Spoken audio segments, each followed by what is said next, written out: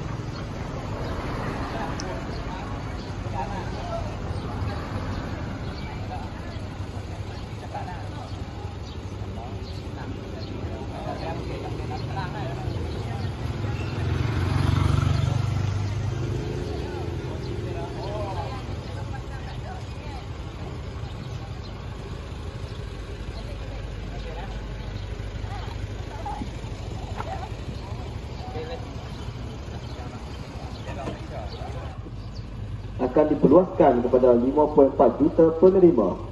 Bermula 1 April 2025 berbanding hanya 700,000 penerima pada tahun sebelumnya. Penerima yang layak akan menerima bantuan sehingga RM2,100 setahun berbanding RM1,200 pada tahun 2024. Bantuan ini akan dikreditkan secara bulanan melalui MyCard termasuk kepada rakyat Sabah, Sarawak dan wilayah Persekutuan Labuan. Antara penerima yang layak ialah 700,000 penerima yang sedia ada dalam rekod e-Kasih. Seterusnya 4.7 juta penerima STR yang tidak tersenarai dalam e-Kasih. Kadar bantuan bulanan warga emas tiada pasangan RM50 dan isi rumah RM100. Bantuan sara ini boleh digunakan di lebih 3,500 kedai yang berdaftar di seluruh negara untuk membeli barangan keperluan asas termasuk makanan, ubat-ubatan dan barangan kebersihan diri dan peralatan sekolah. Untuk maklumat lanjut, sila layari mykasih.com.my. Bahan ini disampaikan oleh Pejabat Penerangan Daerah Bandar Baru. 2025. Assalamualaikum dan salam Malaysia Madani. Kerajaan Madani dengan sukacitanya memaklumkan bahawa bantuan sara akan pada 5.4 juta penerima bermula 1 April 2025 berbanding hanya 700,000 penerima pada tahun sebelumnya.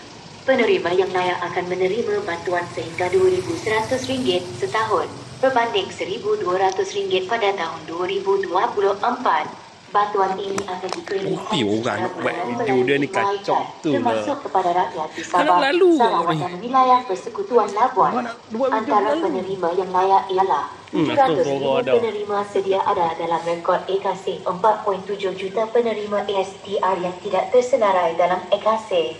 Kadar bantuan bulanan warga emas tiada pasangan RM50, isi rumah RM100. Bantuan sara boleh digunakan di lebih 3,500 kedai berdaftar di seluruh negara untuk membeli barangan keperluan asas termasuk makanan, ubat-ubatan, barangan kebersihan diri dan peralatan sekolah. Untuk maklumat lanjut, sila layari www.mikasih.com.my. Bahan ini disampaikan oleh Pejabat Penerangan Daerah Bandar Baru. Sumbangan asas Rahmah Sara 2025. Assalamualaikum dan salam Malaysia Madani. Kerajaan Madani dengan sukacitanya memaklumkan bahawa bantuan sara akan diperluaskan kepada 5.4 juta penerima. Bermula 1 April 2025 berbanding hanya 700,000 penerima pada tahun sebelumnya. Penerima yang layak akan menerima bantuan sehingga RM2,100 setahun berbanding RM1,200 pada tahun 2024. Bantuan ini akan dikreditkan secara bulanan melalui MyCard termasuk kepada rakyat Sabah, Sarawak dan wilayah Persekutuan Labuan.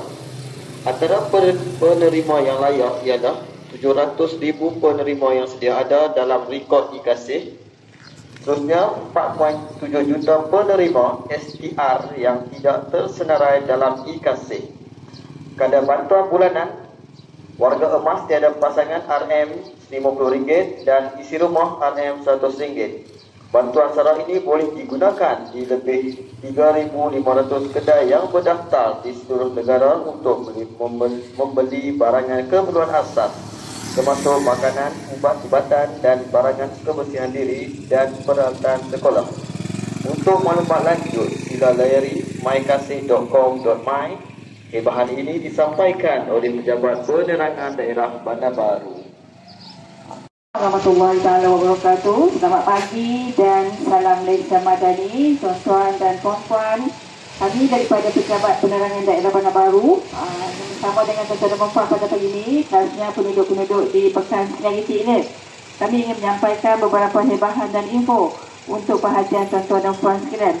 Jadi berikutan dengan isu paparan jalur gemilang yang tidak lengkap baru-baru ini, kami daripada Pejabat Penerangan Daerah Bandar Baru mengambil inisiatif untuk menyampaikan info berkenaan dengan tata cara jalur gemilang untuk peringatan tuan-tuan dan puan sekalian. Jadi jalur gemilang adalah lambang kedaulatan dan maruah negara. Ia mesti dipamerkan dengan penuh hormat dan mengikut sertifikasi yang betul. Simbol negara tidak boleh digunakan dalam konteks yang bertentangan dengan nilai dan kehormatan negara. Penganjur perlu memahami ketertiban dan tata cara penggunaan jalur gemilang kerana melanggar peraturan tersebut adalah satu kesalahan undang-undang. Siasatan polis dilakukan mengikut Akta Lambang Kebangsaan dan Akta Lambang dan Nama Penggunaan Tidak Wajar 1963, bukannya di bawah SKMM. Jadi kesedaran, kepekaan dan tindakan tegas adalah untuk memastikan simbol negara terus dipelihara. Jadi sama-sama kita mengambil inisiatif untuk kita pamerkan jalur gemilang dengan keadaan yang lengkap. 1998, Akta 588. Jadi Assalamualaikum dan salam Malaysia Madani. Kerajaan telah membentangkan cadangan pindaan Akta Komunikasi dan Multimedia 1998 atau Akta 588 dengan 3 kategori cadangan utama, iaitu pembangunan industri, keselamatan rangkaian dan penggunaan media baharu. Pindaan ini merupakan usaha penambahbaikan kepada akta sedia ada dan salah satu tindakan tegas serta proaktif kerajaan bagi membentras aktiviti jenayah dalam talian untuk menjadikan internet sebagai platform yang lebih selamat. Sekian, terima kasih. Dan komuniti. Keselamatan dalam talian adalah tanggungjawab bersama untuk melindungi diri dan komuniti daripada ancaman cyber. Kesedaran dan pendidikan amat penting dalam mengelakkan risiko seperti penipuan, buli cyber dan penyebaran maklumat palsu. Komuniti boleh bertindak dengan berkongsi maklumat keselamatan, melaporkan ancaman atau aktiviti mencurigakan, menyokong kempen kesedaran cyber dan mendidik generasi muda tentang keselamatan digital. Segera laporkan sebarang kejadian berkaitan keselamatan cyber kepada pihak berkuasa seperti Suruhanjaya Komunikasi dan Multimedia Malaysia, SKMM, atau hubungi talian hotline 997 Pusat Respons Kem Kebangsaan. Marilah kita bersama-sama membina persekitaran digital yang selamat dan positif. Hebahan disampaikan oleh Pejabat Penerangan Daerah Bandar Baru.